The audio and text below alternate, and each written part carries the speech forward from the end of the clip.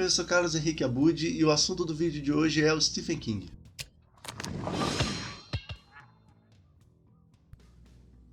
Dificilmente esse nome, Stephen King, vai ser totalmente estranho a você, né? Mesmo que você nunca tenha lido nenhuma história dele, nenhum livro, e ele já escreveu mais de 70, diga-se de passagem, as coisas que ele escreveu permeiam a cultura pop de uma tal maneira, né? As histórias já viraram série, filme, influenciam um monte de autores pelo mundo, que é bem capaz de você já ter visto alguma coisa baseada em algo que ele escreveu, sem nem se dar conta disso. Para quem gosta de terror e horror, então, ele é leitura obrigatória. E, aliás, ele é uma rara exceção de autor que, escrevendo esse gênero, consegue ser levado a sério.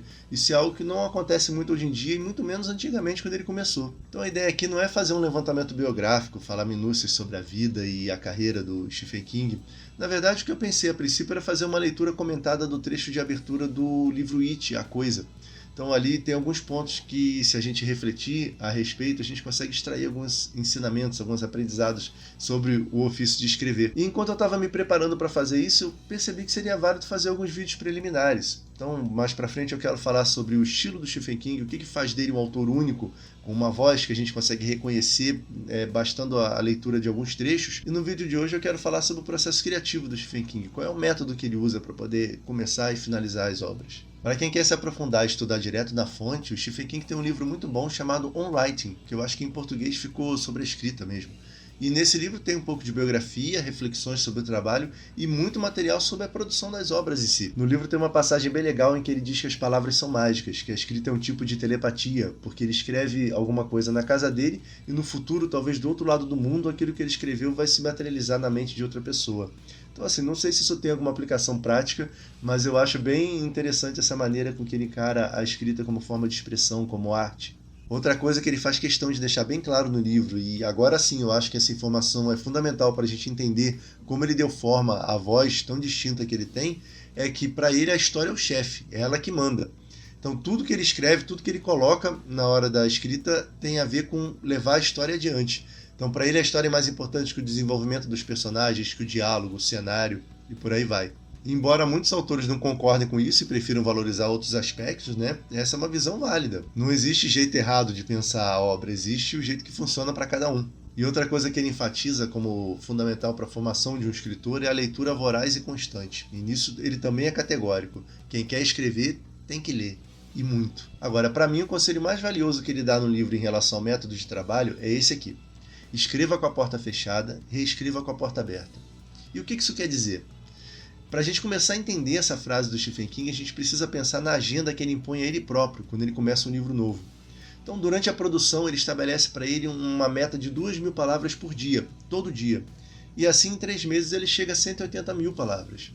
Mas ele diz que ele não está preocupado nesse ponto com a qualidade, ele apenas vai acumulando as palavras no papel, sem pressão, e a intenção é apenas bater essa meta diária. E assim ele diz que consegue espantar o bloqueio criativo porque ele está escrevendo com a porta fechada. Ou seja, ninguém precisa ver o que está saindo na história naquele instante. Mesmo ele tendo essas 180.000 palavras escritas em 3 meses, não significa que ele tenha um primeiro tratamento excelente. Pelo contrário.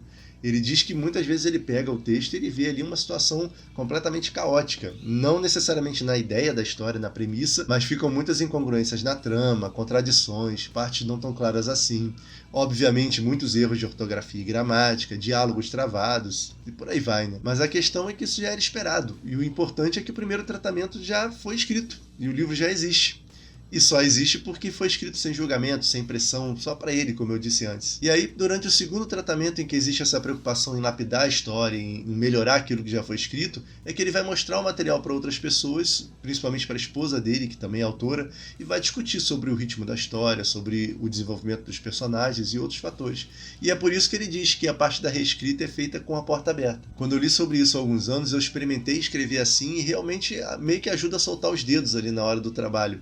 Então, quando a gente escreve pensando que ninguém precisa ler o que está saindo na história no primeiro momento, ajuda bastante a diminuir a pressão e a possibilidade de surgir um bloqueio criativo. Hoje em dia é um pouco diferente, eu meio que abandono esse modus operandi com certa frequência. Na nossa série de exercícios de escrita criativa aqui no canal, por exemplo, eu escrevo desde o primeiro momento com a porta aberta. Eu vou deixando tudo registrado em vídeo e dividindo com quem está assistindo todo o processo a partir da ideia. Então, mesmo sabendo que algumas vezes o texto que está saindo ali no momento pode não ser o melhor do mundo, eu acho que mostrar essa etapa inicial do processo faz parte da proposta da série. Quando a Flávia e eu escrevemos juntos, nós também trocamos nossos textos em fase inicial o tempo todo. Mas eu acho que aí é uma questão de sorte nossa, porque um consegue compreender muito bem as ideias do outro, mesmo quando elas ainda estão ali em estado bruto. Mas tem muitos momentos em que ainda é válido fechar a porta e só deixar as palavras acumularem e deixar para organizar tudo depois.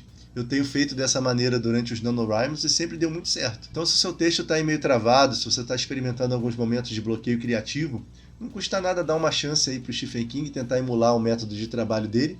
Não precisa ser uma meta tão alta, é claro, 2.000 palavras diárias, pode ser 50, 100 palavras. O que importa aqui é estabelecer uma consistência, uma fluência na hora de escrever e não ganhar uma corrida. E é claro, em alguns dias você vai se sentir genial, em outros a sua escrita vai deixar bastante a desejar, mas o importante é seguir em frente sempre pensando que ninguém precisa ver o que está acontecendo nesse primeiro momento. Afinal de contas, você está escrevendo com a porta fechada. E era isso que eu tinha para falar sobre o método de trabalho do Stephen King. No vídeo que vem o assunto vai ser o estilo dele, o que faz com que ele seja um autor único, com uma voz perfeitamente reconhecível. E se você gosta de escrever, não deixe de conferir aqui do lado a playlist com a terceira temporada da nossa série de exercícios de escrita criativo, Planos em Prática. E aqui embaixo na descrição tem o link para o nosso site e para nossas redes sociais. Era isso para o vídeo de hoje, abraços e até a próxima.